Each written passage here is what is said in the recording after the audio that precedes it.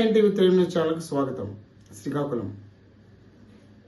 రాష్ట్ర Reddika corporation chairman కొండా శంకర్ రెడ్డి ఈరోజు మాట్లాడుతూ గత ప్రభుత్వ హయాంలో కల్తీ లడ్డు ఘటనపై స్పందించారు.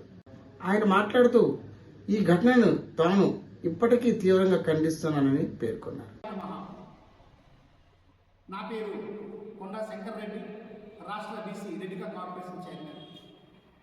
ప్రజలారా గమనించండి, ఆలోచించండి ఒక్కసారి ఏం జరుగుతుంది. ఎందుకంటే సాక్షాత్తు కలియుగ దైవం దేవదేవుడైనటువంటి మన వెంకటేశ్వర స్వామినే కల్తీ చేయాలని వందల మంది భక్తులు మనోభావాలు దెబ్బతీయాలని ఈ కల్తీ వైసీపీ వాళ్ళు కల్తీ చేశారండి. నెయ్యిని కూడా వదలకుండా కల్తీ చేశారండి. సాక్షాత్తు మనం దేవుడి ప్రసాదం అని ఆ లాడుని పరమ పవిత్రంగా భావించి దండం పెట్టుకుని తినే ప్రసాదంలో కూడా నెయ్యి కలిపారండి. ఈ వైసీపీ వాళ్ళ కల్తీనా మాకైతే మాకు ఆ భాష రాదు, ఆ బూతులు రావు. మాకు మా సీఎం గారు చంద్రబాబు నాయుడు ఆ బూతులను మాకు నేర్పించలేదండి, కన్స్ట్రక్షన్ నేర్పించారు. ఏమనాలండి మీకు? మా భక్తుల మనోభావాల్ని మీరు దెబ్బతీస్తారా? సాక్షాత్ వెంకటేశ్వర స్వామిని మీరు అపవిత్రం చేయాలని చూస్తున్నారా? ఏం జరుగుతుంది? ఛీ, మీ బతుకు చెడ. వీళ్ళ మన ఆంధ్రప్రదేశ్ని పరిపాలించే వాళ్ళని ప్రతి ఒక్క ప్రజలు బాధపడుతున్నారు. అంటే ప్రజలను గమనించారా ఏం జరుగుతుందో, ఏం మైండ్గా మారుతున్నారో? మన వెంకటేశ్వర స్వామిని అపవిత్రం చేసి ఒక వర్గాన్ని దెబ్బతీసి ఒక మతాన్ని దెబ్బతీసే వ్యవహారంగా నడుస్తుంది ఈ వైసీపీ వాళ్ళు చేస్తున్నారు. ఎందుకు ఒక వర్గం మీద ఒక మతం మీద మీకు అంత అసహ్యం, అంత కోపం? ఏం చేశామని? అందరూ సమానం కదా భారతదేశంలో, ప్రజాస్వామ్యంలో అందరూ సమానంగా అన్ని మతాలు, వర్ణాలు, కులాలు అందరూ ఐక్యతగా ఉండి అన్ని మతాల్ని మన సమానంగా చూడటానికి కదా మన ప్రజాస్వామ్యం ఉంది.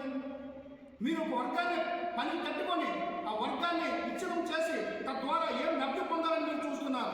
ప్రజలారా గమనించండి. వెంకటేశ్వర స్వామితో పెట్టుకుంటే ఏమవుతుందో మీ అందరికీ తెలిసిన విషయమే. అప్పట్లో కొంతమంది నాయకులు ఏమయ్యారు? 7 కొండలు కాదు 2 కొండలని చెప్పి దాని తర్వాత పరిణామం ఏం జరిగింది? ఎక్కడ కలిసిపోయారు? ఏ కాలంలో కలిసిపోయారు సంగతి మీ అందరికీ తెలిసిన విషయమే. మీరు కూడా తెలుసు కూడా సాక్షాత్ వెంకటేశ్వర స్వామితో మీరు పెట్టుకుంటున్నారు. వెంకటేశ్వర ఊరికే వదిలి ప్రసక్తే లేదు. తప్పు చేస్తే పనిష్మెంట్ కంపల్సరీ ఉంటుంది.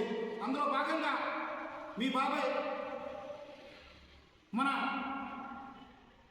వైవి సుబ్బారెడ్డి గారు మొన్న ఏమి స్టేట్మెంట్ ఇచ్చారు? కల్తీ జరిగిన మాట వాస్తవం అని ఆయనే కదా స్టేట్మెంట్ ఇచ్చారు. ఆయన ముందు టీటీడీ దేవస్థానం చైర్మన్గా ఉన్నారు కదా, ఆయనే కదా కల్తీ జరిగిందని చెప్పారు. మీ ముఖాలు ఎక్కడ పెట్టుకుంటారు? వెంకటేశ్వర స్వామి అందరినీ ఇప్పుడు ఏ రకంగా చేయాలో అందరూ వాట్సాప్ చేస్తూనే ఉంది. నా ఒకటి గుర్తుకొస్తుంది. బాబాయ్ అనుకుంటే బాబాయ్ వివేకానంద రెడ్డి గారు గొడ్డలు పెట్టు ఏం చేశారో, హత్య చేశారో సంగతి అందరికీ తెలిసిన విషయమే. మళ్ళీ బాబాయ్ అంటే మరి ఈ బాబాయ్ కూడా వైవి సుబ్బారెడ్డి బాబాయ్ కూడా నిజం ఒప్పుకున్నందుకు ఈ బాబాయ్కి ఏకత పడుతుందని నాకు నిజంగా ఆందోళన చెందుతున్నామండి. బాబాయ్కి ఏ రకంగా చేయాలో మన వైఎస్ జగన్ బాగా తెలుసు.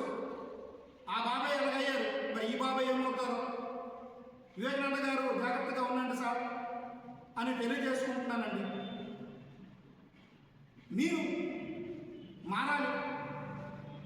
మీకు దేవుడు మంచి బుద్ధిచ్చి మారండి.